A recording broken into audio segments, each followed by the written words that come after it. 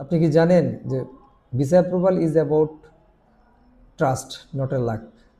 অর্থাৎ visa approval হওয়াটা আসলেই একটা বিশ্বস্ততার বিষয়।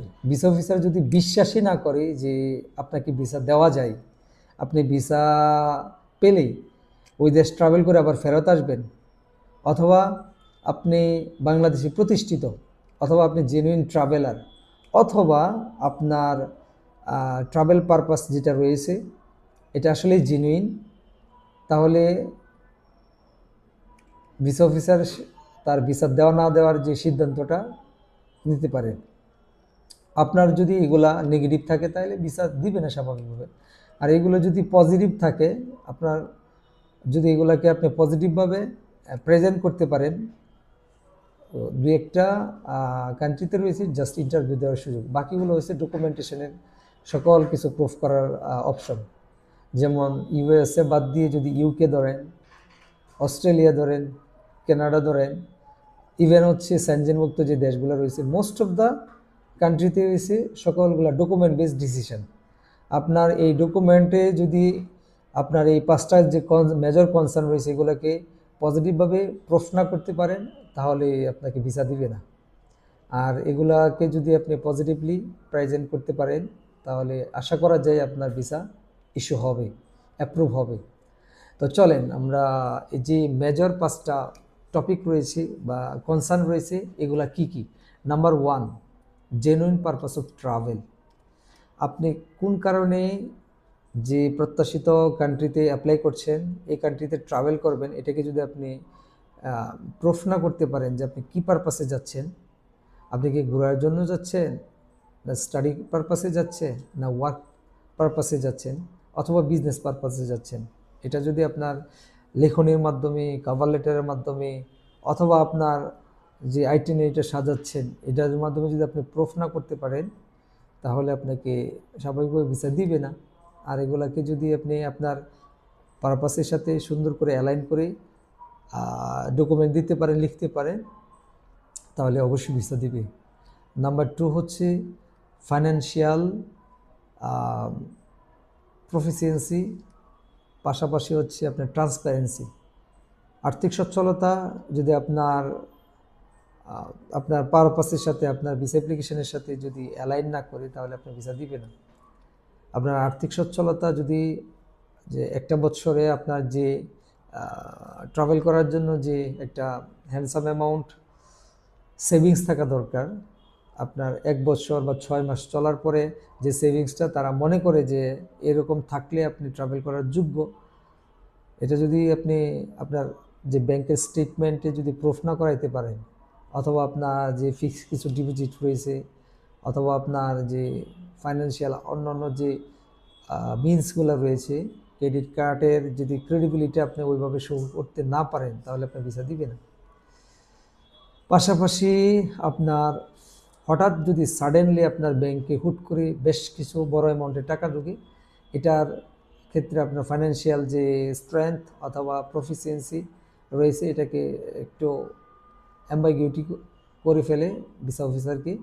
একটা সাসপিসিয়াস থিঙ্কিং তার ব্রেনে কাজ করে যে হুট করে কেন টাকা ঢুকলো, তার রেগুলার ইনকাম তো এরকম না। সো এই বিষয়টা আপনাকে অবশ্যই মাথায় রাখতে হবে। আপনার ইনকাম যে দেখাচ্ছেন এটার সাথে আপনার ব্যাংকের ট্রানজ্যাকশনটা যেন অ্যালাইন থাকে। নাম্বার 3, যেটা মেজর মনে করা হয় যে আপনি ওই দেশে গিয়ে থেকে যাবেন কি থেকে যাবেন না, এটা হচ্ছে কান্ট্রিটাই বা হোম কান্ট্রিটাই বলা হয়। এক্ষেত্রে আপনার দেখা হয় হচ্ছে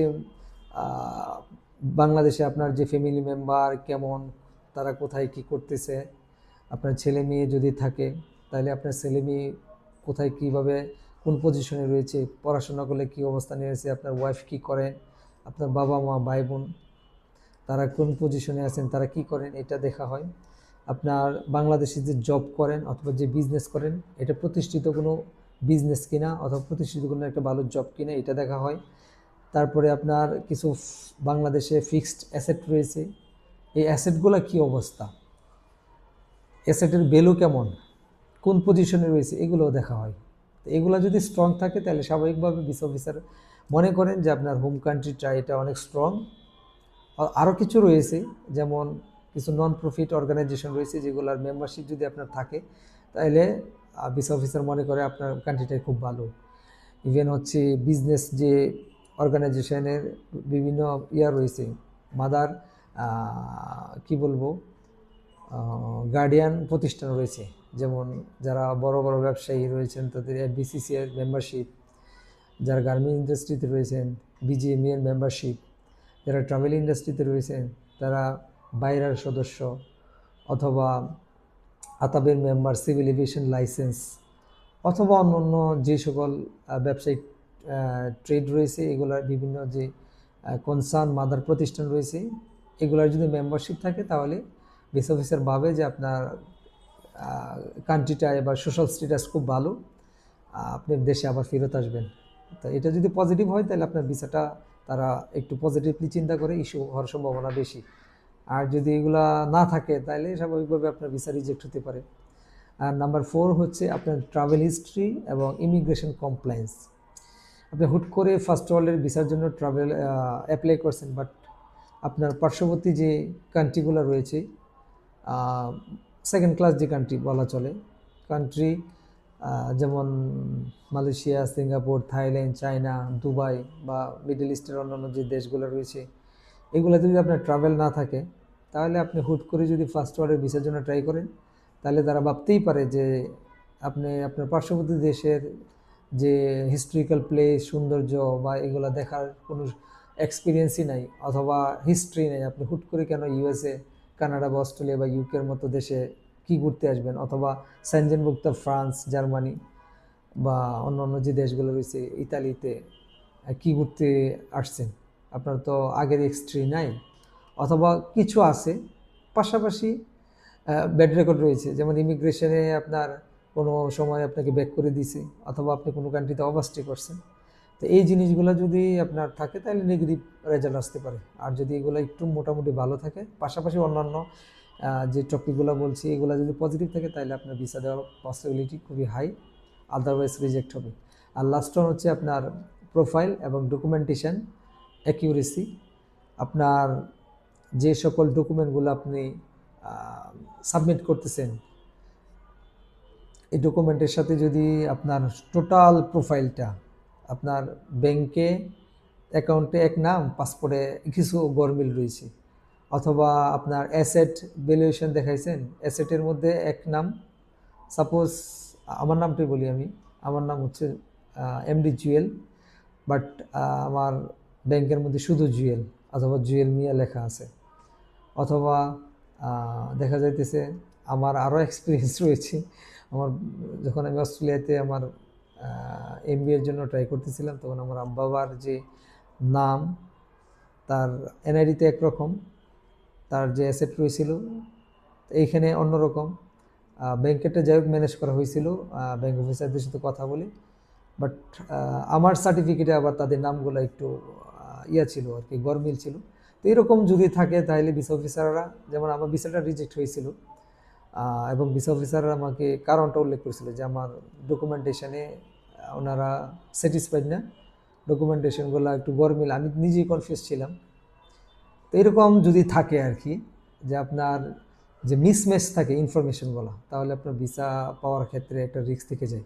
আর এগুলো যদি সব এক থাকে, আপনার পাসপোর্ট, আপনার এনআইডি কার্ড, যদি ম্যারিড হন তাহলে ম্যারিজ সার্টিফিকেট, তারপর হচ্ছে আপনার ব্যাঙ্ক অ্যাকাউন্ট, আপনার ট্যাক্স, স্যালারি অ্যাকাউন্ট, অথবা আপনার জব আইডি কার্ড, অথবা আপনার বিজনেস যে লাইসেন্স রয়েছে, এগুলাতে যদি আপনার নাম সব কিছু সেম থাকে তাহলে আপনার ভিসা না হওয়ার কোনো কারণ নেই, যদি আপনি ফাইন্যান্সিয়ালি সলভেন্ট হন, কান্ট্রিটা যদি খুব ভালো থাকে। তো এই মেজর যে 5টা ফ্যাক্টর রয়েছে, যে জেনুইন, ট্রাভেল পারপাস, নাম্বার 2 হচ্ছে আপনার ফাইন্যান্সিয়াল স্ট্রেংথ এবং অ্যাকিউরেসি, ট্রান্সপারেন্সি, নাম্বার 3 হচ্ছে স্ট্রং কান্ট্রি ট্রাই, নাম্বার 4 হচ্ছে আপনার ট্রাভেল হিস্ট্রি এবং ইমিগ্রেশন কমপ্লায়েন্স, আর নাম্বার 4 হচ্ছে আপনার টোটাল প্রোফাইল এবং ডকুমেন্টেশন যে অ্যাকিউরেসি রয়েছে। এই 4-5টা মেজর যে ফ্যাক্টর রয়েছে, এই ফ্যাক্টরগুলোকে যদি আপনি সুন্দর করে গুছায়া সাবমিট করে দিতে পারেন। আশা করা যায় আপনার ভিসা অ্যাপ্রুভ হওয়ার সম্ভাবনাই বেশি, রিজেক্ট করবে না। কারণ ভিসা অফিসার স্বাভাবিকভাবেই ভিসা দেওয়ার জন্য কিন্তু তারা ভিসা এম্বাসি নিয়ে বসে আছে অথবা কনসুলার অফিস নিয়ে বসে আসে, তাই না? সো এই মেজরগুলোকে আপনি ফোকাস করে ট্রাই করেন।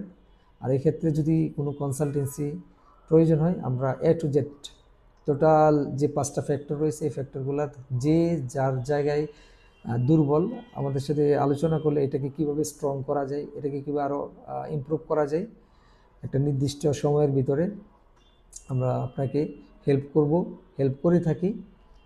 নিশ্চিত নাম্বারে আমাদের সাথে যোগাযোগ করতে পারেন, অথবা কমেন্টসে আপনার প্রত্যাশিত কান্ট্রি অথবা আপনার উইক পয়েন্ট কোনটা এটা উল্লেখ করে আমাদের সাথে কানেক্টেড থাকতে পারেন। আমরা আমাদের টিম মেম্বার আপনার সাথে যোগাযোগ করব।